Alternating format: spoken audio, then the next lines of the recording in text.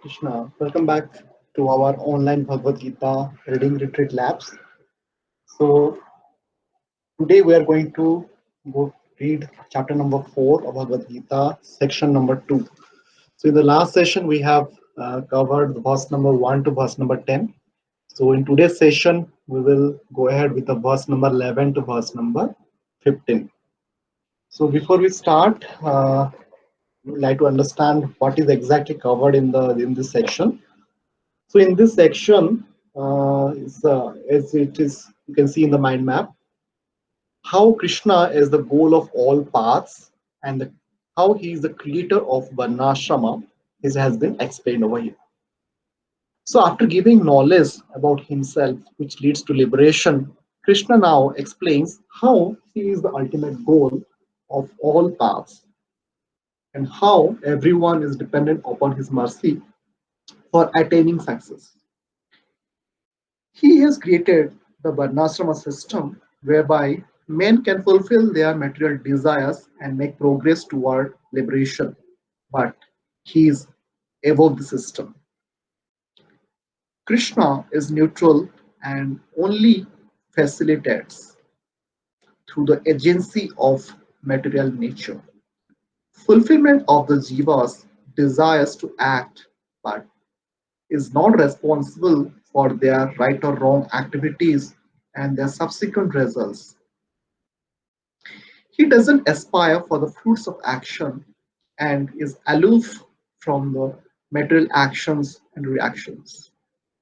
Arjuna should follow the example of past liberated souls who acted with this understanding of Krishna's transcendental nature. So this is the abstract of the today's session, that is the verse number 11 to verse number 15. So now let's move to the Veda base, where exactly we'll be reading from chapter number 4, verse number 11. Translation: As all surrender unto me, I reward them accordingly. Everyone follows my path in all respects, O son of Pritha. Purport: Everyone is searching for Krishna in the different aspects of his manifestations. Krishna, the Supreme Personality of Godhead, is partially realized in his impersonal Brahmayotir effulgence and is the all-pervading supersoul dwelling within everything, including the particles of atoms. But Krishna is fully realized only by his pure devotees. Consequently, Krishna is the object of everyone's realization, and thus anyone and everyone is satisfied according to one's desire to have him. In the transcendental world also, Krishna reciprocates with his pure devotees in the transcendental attitude. Just as the devotees want him, one devotee may want Krishna as a supreme master, another as his personal friend, another as his son, and still another as his lover. Krishna rewards all the devotees equally, according to their different intensities of love for him. In the material world, the same reciprocations of feelings are there, and they are equally exchanged by the Lord with the different types of worshippers. The pure devotees, both here and in the transcendental abode, associate with him in person and are able to render personal service to the Lord, and thus derive transcendental bliss in his loving service. As for those who are impersonalists and who want to commit spiritual suicide by annihilating the individual existence of the living entity, Krishna helps also by absorbing them into his effulgence. Such impersonalists do not agree to accept the eternal blissful personality of Godhead. Consequently, they cannot release the bliss of transcendental personal service to the Lord, having extinguished their individuality.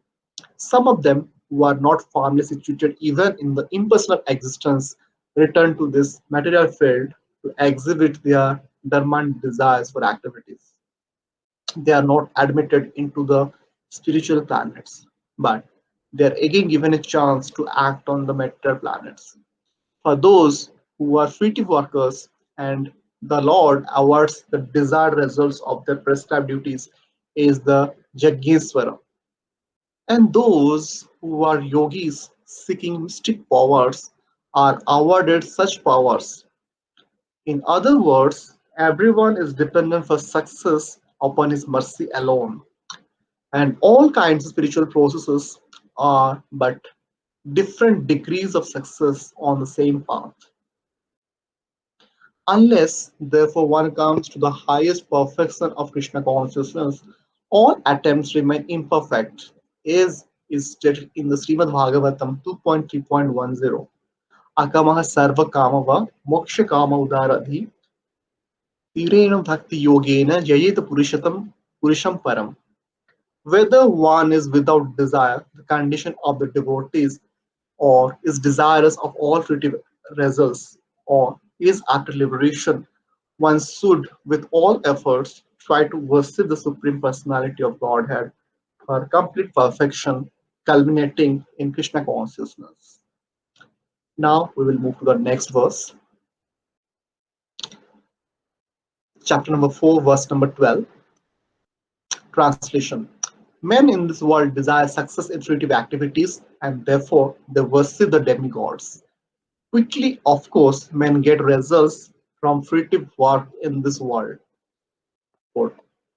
There is a great misconception about the gods or demigods of this material world, and men of less intelligence, although passing as great scholars, take these demigods to be various forms of the Supreme Lord.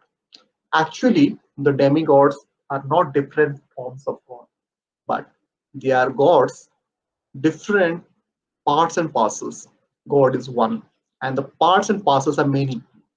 The Vedas say Nityo Nityanam, God is one. Ishvaraha Parama Krishna, the Supreme God is one, Krishna.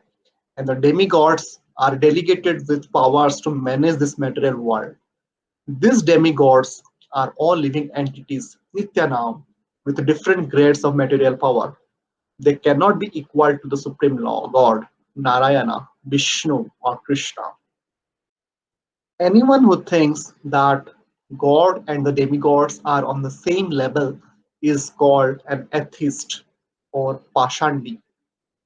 Even the great demigods like Brahma and Shiva cannot be compared to the Supreme Lord. In fact, the Lord is worshipped by demigods such as Brahma and Shiva. Shiva Virinchinutam. Yet, curiously enough, there are many human leaders who are worshipped by foolish men under the misunderstanding of anthropomorphism or zoomorphism. Iha Devataha denotes a powerful man or demigod of this material world, but Narayana, Vishnu, or Krishna, the Supreme Personality of Godhead, doesn't belong to this world. He is above or transcendental to material creation.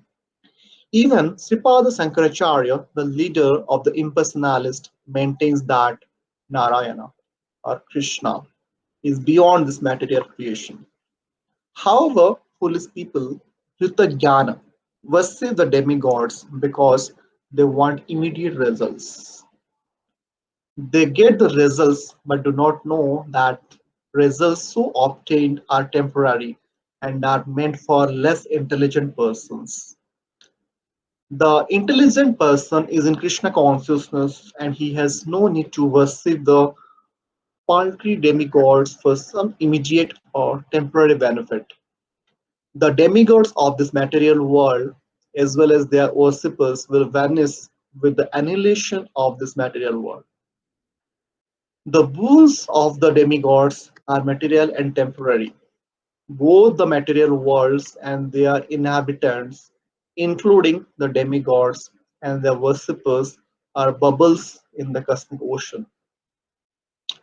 In this world, however, human society is made after temporary things, such as the material opulence of possessing land, family, and enjoyable paraphernalia.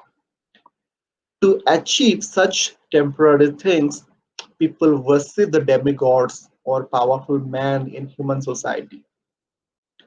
If a man gets some ministership in the government by worshipping a political leader, he considers that he has achieved a great boon. All of them are therefore going to the going to the so-called leaders or big guns in order to achieve temporary boons, and they indeed achieve such things. Such foolish men are not interested in Krishna consciousness for the permanent solution to the hardships of material existence. They are all after sense enjoyment, and to get a little facility for sense enjoyment, they are attracted to worshipping empowered living entities known as demigods. This verse indicates that people are really interested in Krishna consciousness.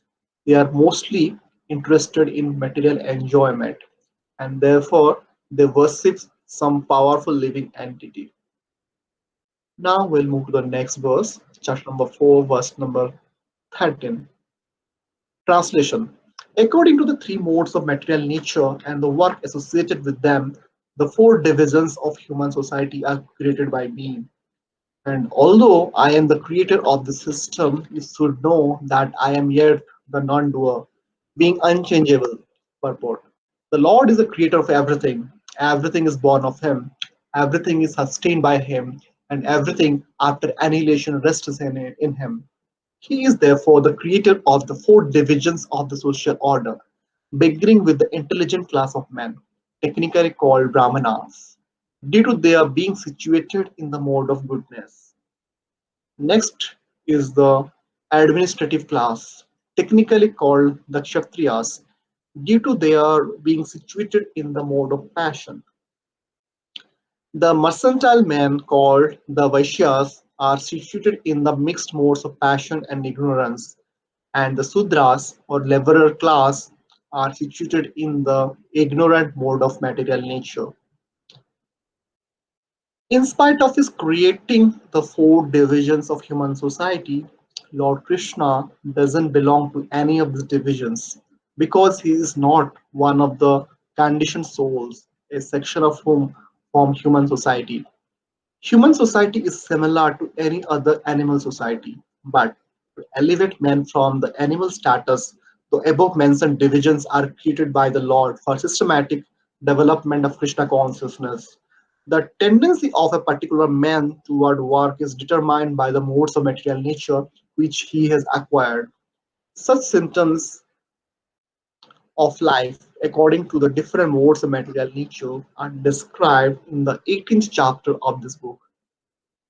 A person in Krishna consciousness, however, is above even the Brahmanas. Although Brahmanas, by quality, are supposed to know about Brahman, the supreme absolute truth, most of them approach only the impersonal Brahman manifestation of Lord Krishna.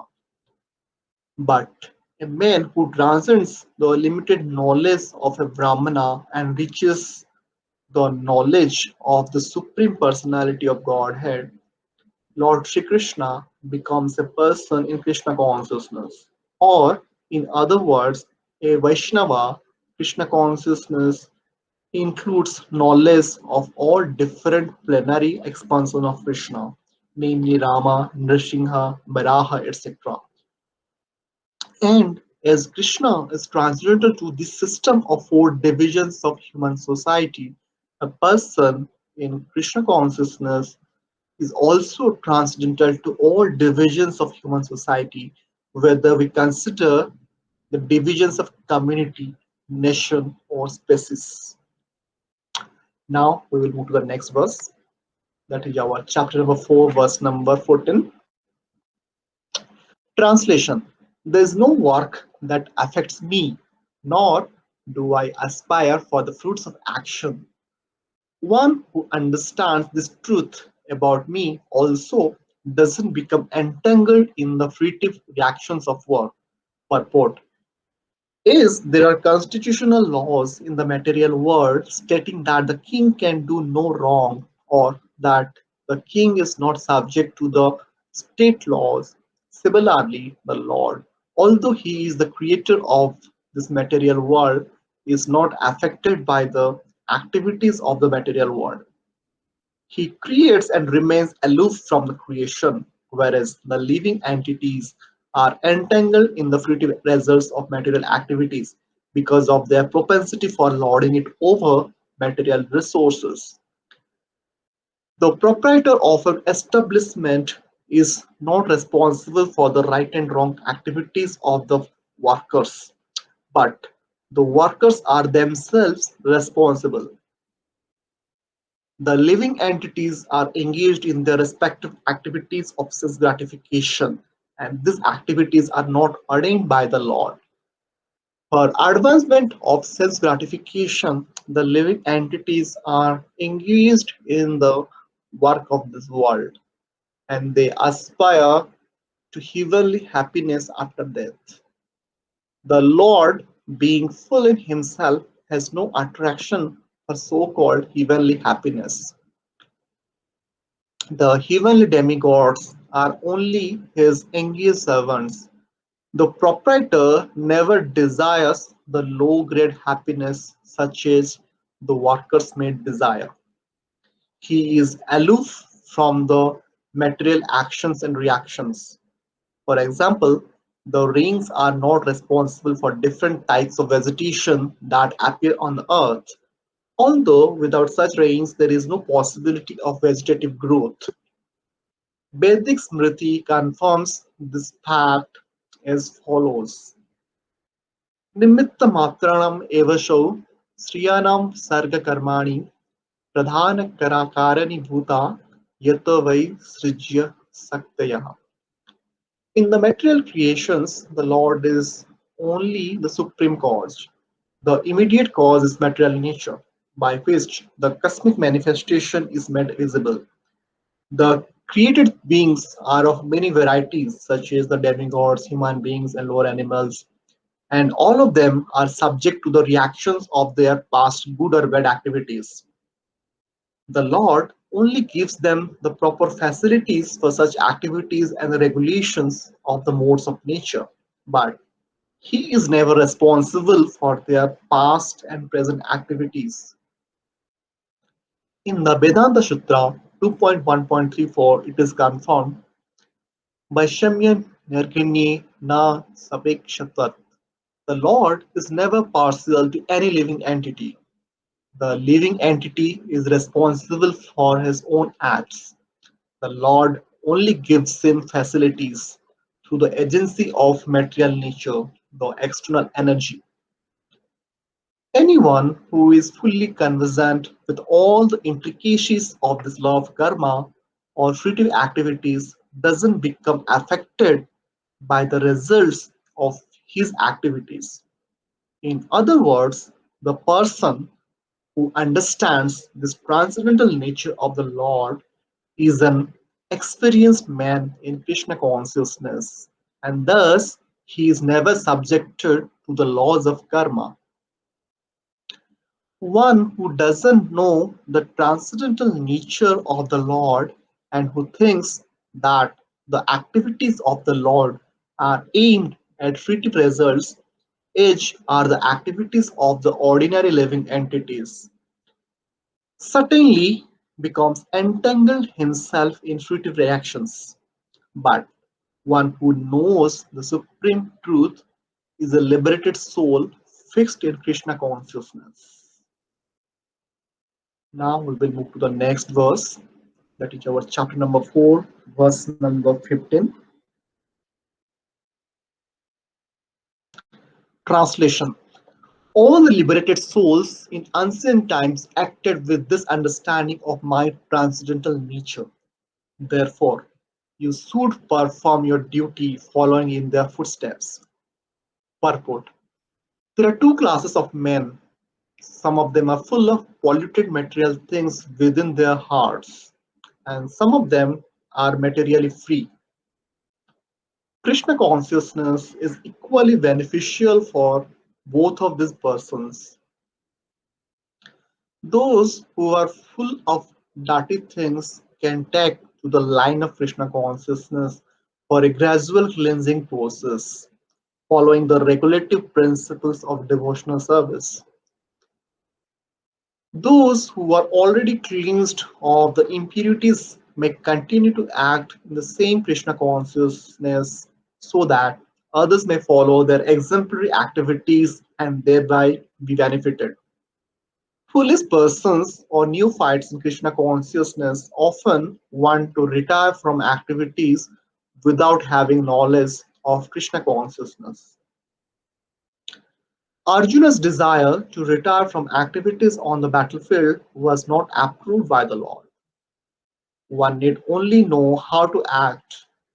To retire from the activities of Krishna consciousness and to sit aloof making a show of Krishna consciousness is less important than actually engaging in the field of activities for the sake of Krishna. Arjuna is here advised to act in Krishna consciousness, following in the footsteps of the Lord's previous disciples, such as the sun god Vivaswan, as mentioned herein before. The Supreme Lord knows all his past activities as well as those of persons who acted in Krishna consciousness in the past. Therefore, he recommends the acts of the sun god, who learned this art from the Lord some millions of years before. All such students of Lord Krishna are mentioned here as past liberated persons engaged in the discharge of duties allotted by Krishna. So with this, we completed this section, that is the section 2 of As per Bhakti Shastri, the chapter number 4, Transcendental Knowledge. So we have seen how Krishna is the goal of all paths and how he has created the four Varnashrama here. So in the next session, we will start with the verse number 16 till verse number 24, where we will be discussing the concept of Karma Yoga. So where exactly we'll be seeing how Krishna analyzes actions and describes how to perform activities on the transcendental plane. So we'll stop here. Hare Krishna.